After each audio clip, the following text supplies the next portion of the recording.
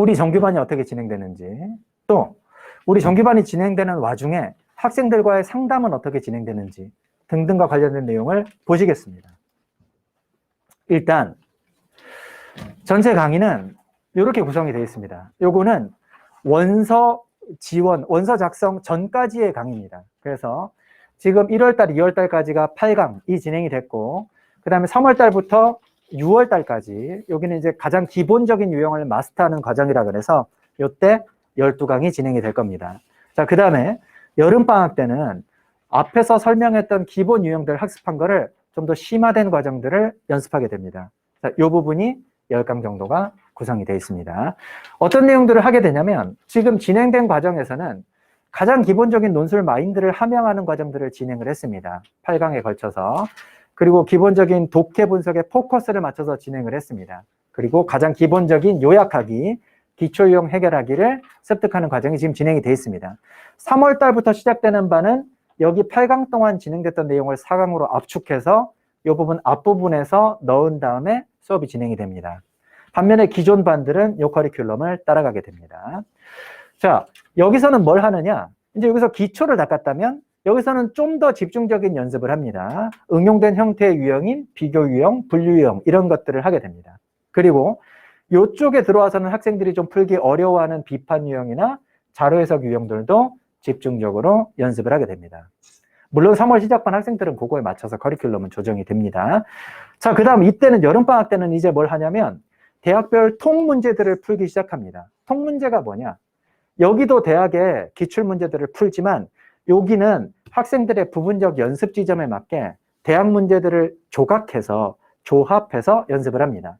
근데 여기서는 경희대 문제 풀세트, 성대 문제 풀세트, 반별 특성에 맞게 그렇게 진행을 하면서 내가 어느 대학 특성에 맞는지 원서 쓰기 전까지의 10강을 통해서 이제 본격적인 진단이 들어가게 됩니다. 그래서 어느 대학 논술이 좀 더 강점이 있는지를 세트 종합 연습을 하는 과정이다. 이렇게 보시면 됩니다. 이렇게 진행을 해나갑니다. 자, 이렇게 진행을 할 때 우리 반 이름이 어떻게 만들어져 있냐면 연성서반, 명문대반, 연세대반 이렇게 돼 있고 현재 이 반들로 운영이 되고 있습니다. 연성서반은 누가 들어오냐면 성대, 서강대, 중대를 주력으로 대비하면서 나는 여기가 목표야. 근데 위로는 연대까지 도전해 볼 거야. 이런 학생들이 오는 겁니다. 당연히 정시에서는 중경, 외숙, 동 정도. 지금 현재 외숙동 정도가 좀 안정권이다라고 평가를 받는다. 만약에 그런 학생이라면 연성서반에서 도전해도 괜찮습니다. 혹은 이 평가는 아직 내가 못 받아봤기 때문에 그럼 뭘 기준으로 이 반에 들어가면 좋겠느냐 이러면 국수탐이 지금 안정적으로 2~3개 정도 나온다 이러시면 요 반에 들어오셔도 됩니다. 혹은 학생이 엄마 난 저기는 무조건 맞출 거야. 그러니까 다른 반은 필요 없어. 연성서반. 그러면 학생의 신념이 정말 기특하다면 들어오셔도 괜찮습니다. 자, 명문대반은 당연히 이 위쪽 반에 비해서 주력 대비하는 대학이 조금 낮습니다. 경희대, 건동홍숙, 외대 여기를 주력으로 대비하면서 위에 있는 이쪽 성중을 도전하겠다. 이런 분들이 명문대반에 들어오십니다. 수능 등급으로 치면 2개 2등급이 나온다. 2개 2등급 안 돼도 사실은 명문대반은 그 이하여도 얼마든지 들어오셔도 괜찮습니다. 왜냐하면 실제 명문대반 정도부터는 이 아래쪽에 있는 국숭세단 혹은 더 아래쪽에 있는 성신 뭐 무슨 저 아주 이런 대학들이 있더라도 거기서 요 대학까지는 최저가 거의 유사하기 때문에 정말 백지 한 장 차이로 대학 레벨이 바뀌는 경우가 많습니다. 그래서 여기는 이 아래쪽 반들을 아래쪽 대학들을 거의 다 포괄할 수 있다. 이렇게 보셔도 됩니다. 자, 연세대반은 뭐라고 말씀드렸냐면 연대만 하는 학생들이 오는 겁니다. 연대만 할 학생들은 여기 와야 됩니다. 근데 학생들이 이상하게 연대반이 최상위반이니까 나는 엄마 최상위반에서 듣고 싶어. 이렇게 생각하는 경우가 있는데 그건 오산입니다. 연세대반은 최상위반이 아니라 그냥 연세대반입니다. 연세대를 가기 위한 반이지 연세대를 안 갈 거면 굳이 여기 도전할 필요 없습니다. 연세대 외에 다른 대학도 쓸 건데 연대도 도전할 거다 이러면 여기로 와야 됩니다. 난 연대만 갈 거야. 이 학생들만 와 있는 겁니다. 무슨 이해되시죠? 네, 그런 반입니다. 자, 우리 프로세스 정규반은 이렇게 운영됩니다. 1주차, 2주차, 3주차 돼 있는데 이게 별건 없고 처음에 애들이 학원에 오면 앞부분 2시간은 여기를 시험장, 이제 학원이 아니라 시험장이라고 생각하고 실전 모의고사를 2시간 동안 풉니다.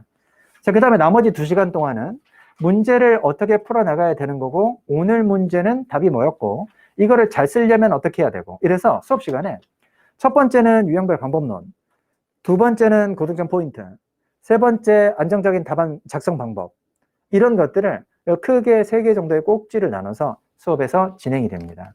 이게 왜 그러냐면, 왜 방법론이 중요하냐면, 대학들의 논술 문제는 대략적으로 요약, 비교, 적용, 비판, 자료 해석 등등등 해서 7개에서 8가지 유형으로 나눠져 있습니다. 근데 어느 대학은 1, 2, 3번 유형, 어느 대학은 1, 2, 5번 유형, 이렇게 그 유형들을 조합해서 출제를 합니다.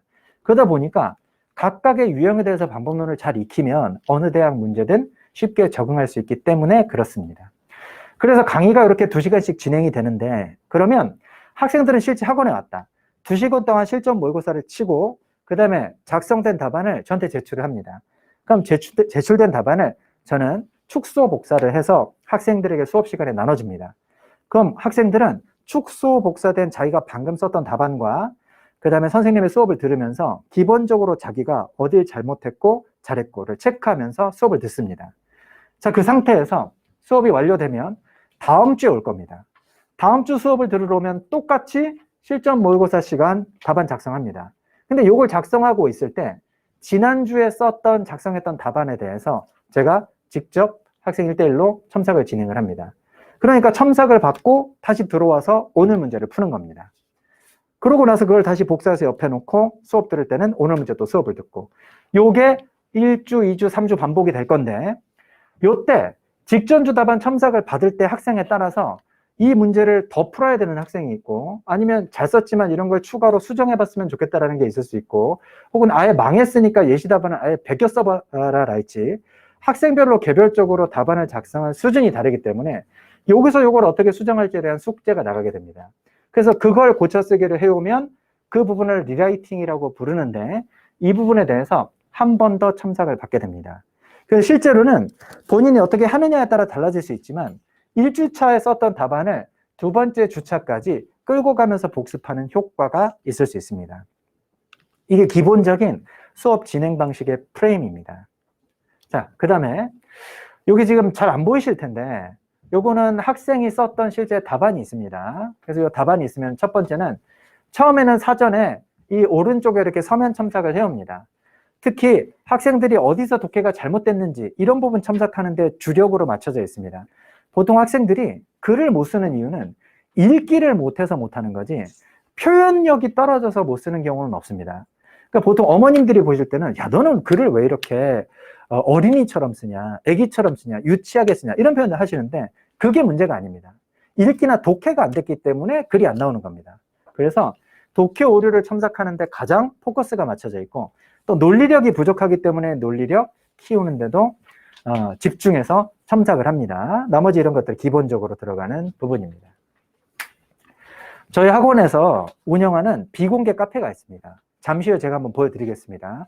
선생님들만 가입되어 있는 비공개 카페에서 이렇게 학생들에 대한 평가 내용이나 수업 자료들을 공유합니다. 이게 다른 학원이랑 좀 다른 점인데, 일반적인 학원들은 수능 학원도 그렇고 강사들이 다 개인 플레이를 합니다.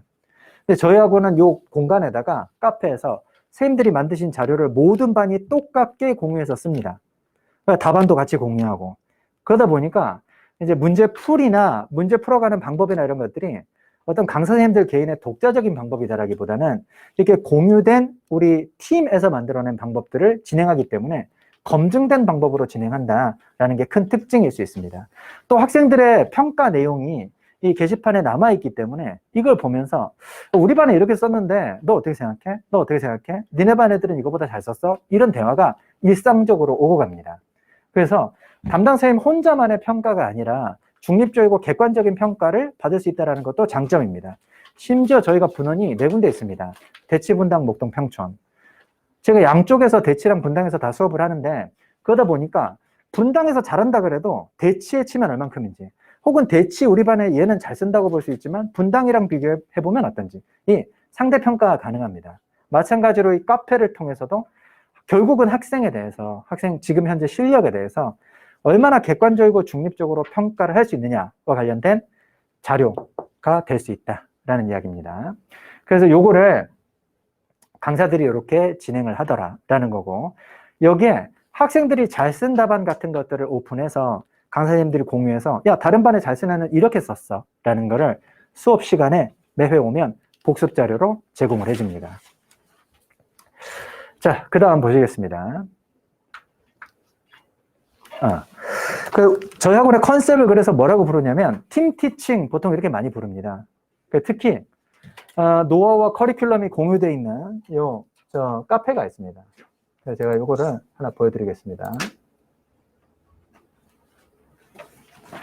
여기가 보면은 이제 저희 그 학원 강사 선생님들이 자료를 공유하는 카페입니다. 그래서 여기 보시면 저 분당 원장님이 올리신 자료, 이 대치 원장님이 올리신 자료, 제가 올린 자료 이런 것들이 쭉 있습니다. 이렇게 그 옆에 보시면 반별 자료가 있고 대학별 문제들, 모의고사 문제들, 각종 학생들 평가한 자료들 쭉 이렇게 이 카페에서 공유를 하는 공간입니다.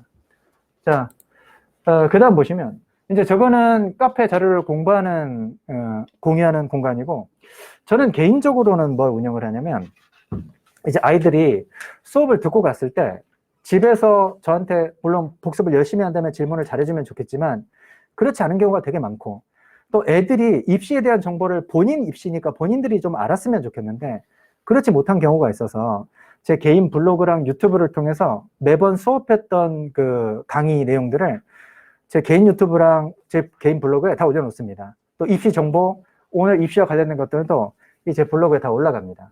그래서 보시면 여기 들어와서 복습을 좀 하라고 이렇게 올려놨습니다. 여기는 보시면 지금 지난주가 1-7회차였는데 여기까지 이렇게 문제들을 쭉 복습할 수 있는 내용들 이런 것들을 올려놓고 자, 그 다음에 합격한 애들 얘기가 궁금하다, 설명의 내용이 궁금하다 이런 것들이 있으면 여기다 올려놓습니다. 그 실제 이제 바로 작년에 합격했던 선배들 어떻게 합격했나 이런 것들도 좀 읽어보면서 동기부여 받으라고 학생들 어떻게 합격했는지 과정들 이런 거 올려놓습니다. 그리고 이제 본격적인 강의 복습은 유튜브에서 많이 시킵니다. 근데 학생들이 뭐 유치한 제목 이렇게 있죠. 학생들은 좀 유치해야 되더라고요. 그래서 이렇게 만들어 놓습니다. 그래서 뭐 예를 들어 보시면 적당히 클릭해보면 여기 뭐 수업했던 내용들 이렇게 올려놓고 좀 보고 복습하라고. 근데 애석하게도 학생들은 이런 걸 만들어줘도 많이 안 한다라는 게 함정이긴 합니다. 어찌됐건 얼마든지 실제 수업 들었던 걸 다시 복습해서 현장감 있게 복습하기 위해서 이런 것들을 좀 운영을 하더라라는 겁니다.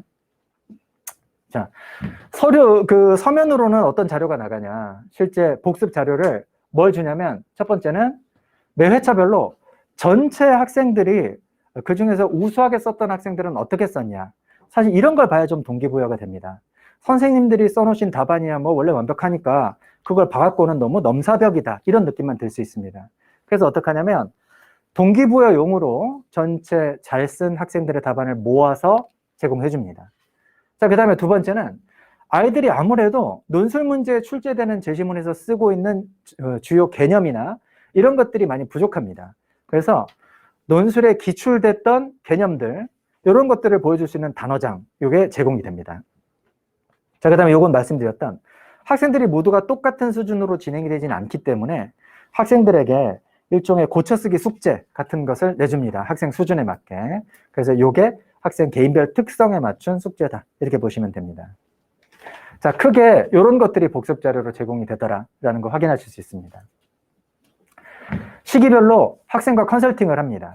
일단 겨울방학을 진행한 학생들은 곧 겨울방학이 종료된과 동시에 겨울방학 과정이 종료된과 동시에 겨울에 어떻게 공부했었고 지금까지 논술 쓴 수준이 어떤지와 관련해서 소위 이야기하는 학업 성취도에 대해서 같이 상의를 하고 이야기를 나누게 됩니다. 또 네가 지금 현재 목표하는 대학은 어디고 1학기에 어떻게 공부할 건지와 관련해서 논의를 하게 됩니다. 자, 1학기 정규반이 끝난다. 그러면은 이제 수시원서 6장을 모의로 써보는 연습을 합니다. 어느 대학, 어느 과를 쓸 것인지 지금까지의 너의 논술 실력에 비추어서. 자, 그렇다면 여름방학 때는 어떻게 공부를 할 것인지에 대해서 두 번째 컨설팅을 합니다. 자, 마지막으로는 9평까지 본 후에 9평의 모의고사 성적을 기준으로 그때까지의 논술 성취 여부를 포함해서 원서를 쓰게 됩니다.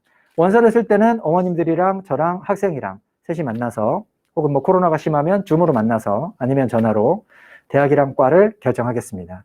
그렇게 해서 최종적으로 원서를 씁니다.